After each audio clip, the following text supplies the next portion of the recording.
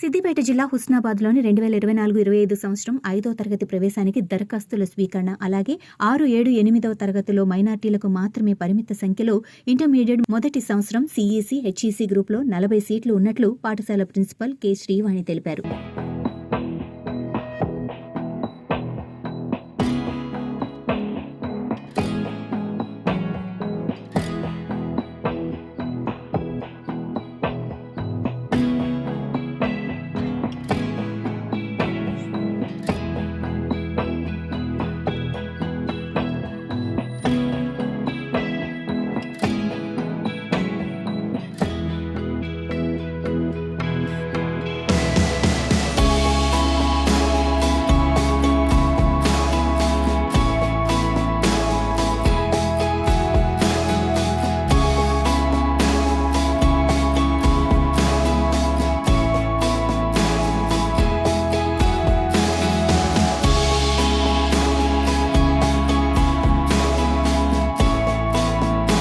హుస్నాబాద్ బాలికల మైనారిటీ పాఠశాలలో అడ్మిషన్ల కోసం వార్డ్ నెంబర్ 4లో ward member and municipal vice chairman Anitha గారితో కలిసి అడ్మిషన్ల కోసం క్యాంపెయినింగ్కి రావడం జరిగింది.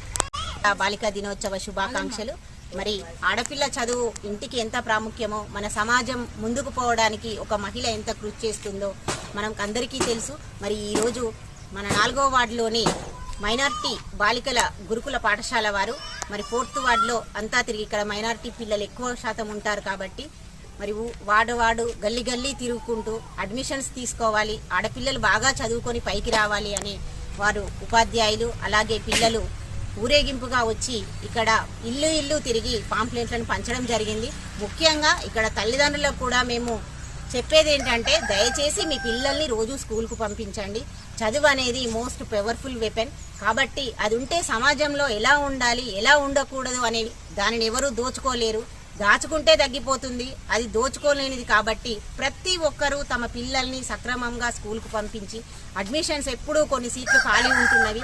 దయచేసి అందరం హుస్నాబాద్లోని ప్రజాప్రతినిధులే కానివ్వండి, ఉపాధ్యాయులే కానివ్వండి, ఈసారి కష్టపడి వాటిని కూడా ఫుల్ఫిల్ చేద్దామని కోరుకుంటూ, ముఖ్యంగా మరి ఈ సందర్భంగా ఈ వార్డులో తిరిగిన ఉపాధ్యాయురాళ్ళకి పిల్లలకి నేను ప్రత్యేకంగా ధన్యవాదాలు తెలుపుతూ, అందరూ కూడా ఆడపిల్లలు బాగా చదువుకొని పైకి రావాలి. మహిళ ముందుకు పోవడం అంటే ఒక మహిళ కాదు, కుటుంబం ముందుకు పోతుంది మహిళ ద్వారా. మహిళ ఎప్పుడైతే కుటుంబానికి సమయం ఇస్తుందో సమాజం ఆటోమేటిక్గా బాగుపడుతుంది. కాబట్టి బాలిక దినోత్సవం సందర్భంగా మీ అందరినీ మరొకసారి అభ్యర్థించి అడుగుతున్నాను, అందరూ తమ ఆడపిల్లల్ని చక్కగా స్కూల్కి పంపించండి.